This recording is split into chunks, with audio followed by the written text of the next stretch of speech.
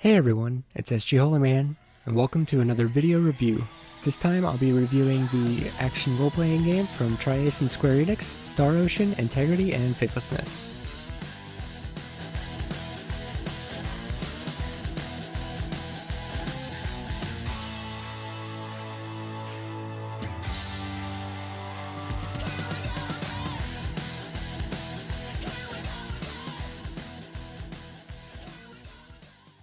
So the first thing I'll say is that the story of the game is pretty bland, and I didn't really care about what was going on for the most part.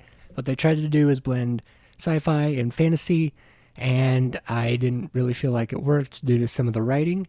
And I'll also say that the characters are pretty bland, and they're just one note, and there's really not a whole lot of character development that goes on throughout the story. And I'll also say that another part of the game that really hurt was the game's budget. They opted to do a lot of in-game cutscenes and not like actual cutscenes. And the in-game dialogue that would happen would go on during a battle, and I couldn't really tell what was being said. So just a lot of information got missed somewhere along the lines. Now, I will say that I didn't finish this game, but according to a lot of the other places that I've heard talk about the game, it's about 20 to 40 hours, and judging about what was going on when I stopped, I was pretty close to being done, probably. So, yeah, I didn't, like I said, I didn't finish the game. With all that being said, I did find the character models of the main characters anyway to be pretty good. I like their general design, and the environments are all very cool and very pretty, but they're also very, very empty, and there's just not a lot to do except run around and fight enemies and avoid them, which is easy. And as far as the enemies go, I feel like they actually were pretty well designed.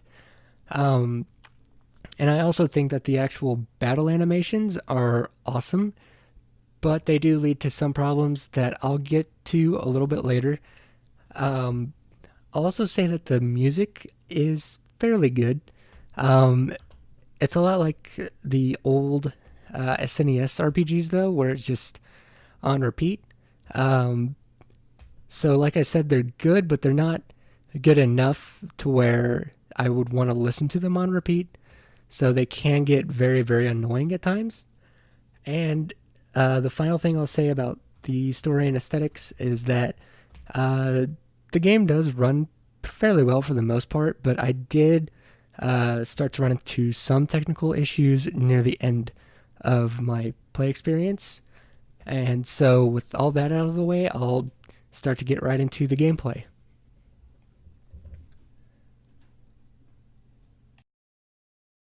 The game's battle system has a lot of good ideas, but it also has quite a bit of flaws. The first thing I want to get out of the way is that it has a short and long range system, and I don't really feel like it's necessary, especially if you're going to be playing as a melee guy, because you're just going to be up close anyway. So, yeah, it's not really needed in this game.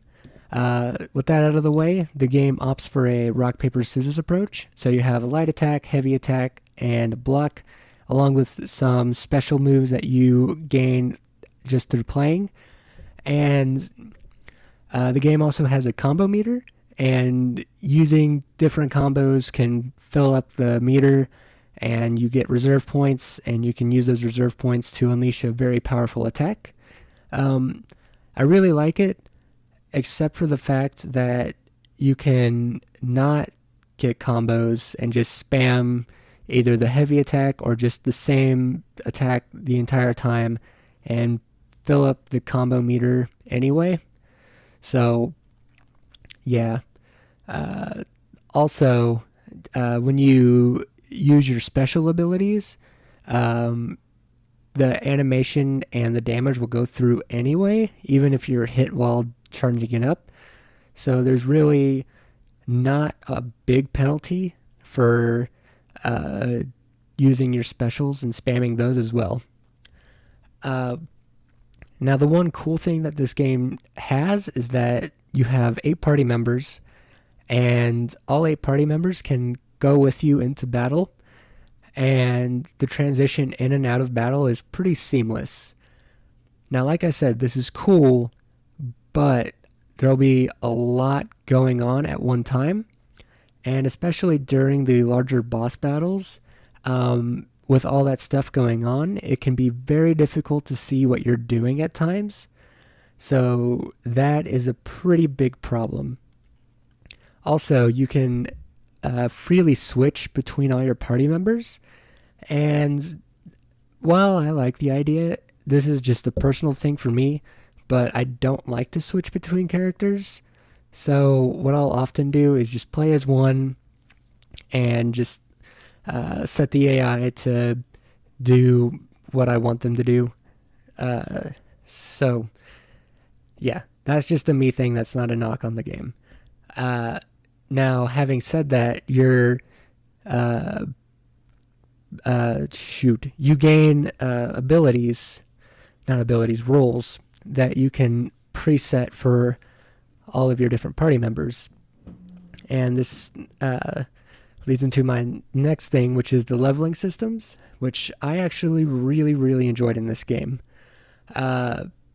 So how you level is you win a fight and then you get SP points. I think they're special points, or I don't remember what exactly they're called.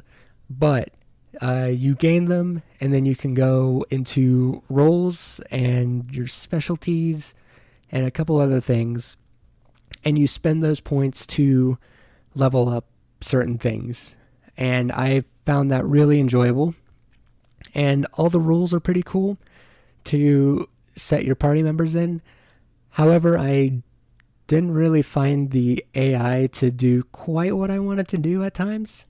So, yeah, that's kind of a big issue.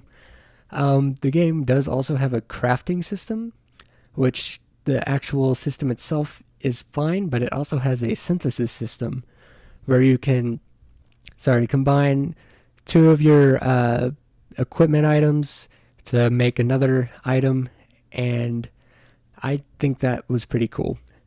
So, yeah, on to the next thing, which is the saving. This game does not have autosave. It has specific manual save points that you have to go to save your game, and that is fine, except there's not enough of them, and you can't save at certain points, especially at one time when you're about to go into a boss battle. And if you lose, like I did, you'll get set back about 15 to 20 minutes. And that's when I stopped playing. So, yeah. I'm not too mad that it doesn't have autosave. I'm okay with the manual save points, but please have more of them and allow me to save when I want to save, is all I'd have to say for that. The game also has side quests, but the unfortunate thing is they're all on bulletin boards, and all of the side quests are either fetch quests, or kill a 5 of a certain enemy, or kill a wandering mini-boss, and that's really all the side quests are. The last thing I want to talk about is fast travel. Oh man, excuse me. Sorry. When you fast travel, you go up to the ship at early-ish in the game, but then the ship gets destroyed, so you can't fast travel after that. But then I'm assuming the ship comes, you get a new ship and you can fast travel then. I don't know. Anyway, you can only fast travel to specific points, and they'll be in the main areas of the game, so you can't actually fast travel to cities, but you'll be set just outside of the city. That's also kind of annoying too, because you'll have to go into the city and you'll have to load into it, and it's kind of annoying.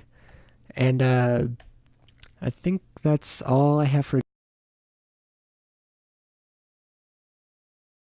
So before I stopped playing the game, I actually generally had fun with it. Yes, the story is pretty bland and the characters are all one note and flat, and the battle system does have a lot of flaws, but I did kind of find it fun to just run around and uh, fight some random enemies, and some of the boss battles were actually pretty cool, and I actually had a lot of fun leveling up all the different roles and abilities and all that. And yeah, so there's fun to be had in the game. With that being said, I would not recommend this game at the full $60 retail price. I would wait for it to go down to about 30, and if you just want a decent game to pass the time, then yeah, I would give this game kind of a look. Uh, and with that being said, I would actually like to see what they do with the sequel. Well, the sixth game. This is technically the fifth one. And yeah, if they get a bigger budget, then I think they could have something cool if they do some refinement. So, yep, that's it for this review. If you liked what you've seen, you can go ahead and like this video, share it with your friends, and subscribe to my channel for more reviews, vlogs, let's plays and streams, and all that good gaming stuff. Anyway, thank you guys for watching, and I will see you next time.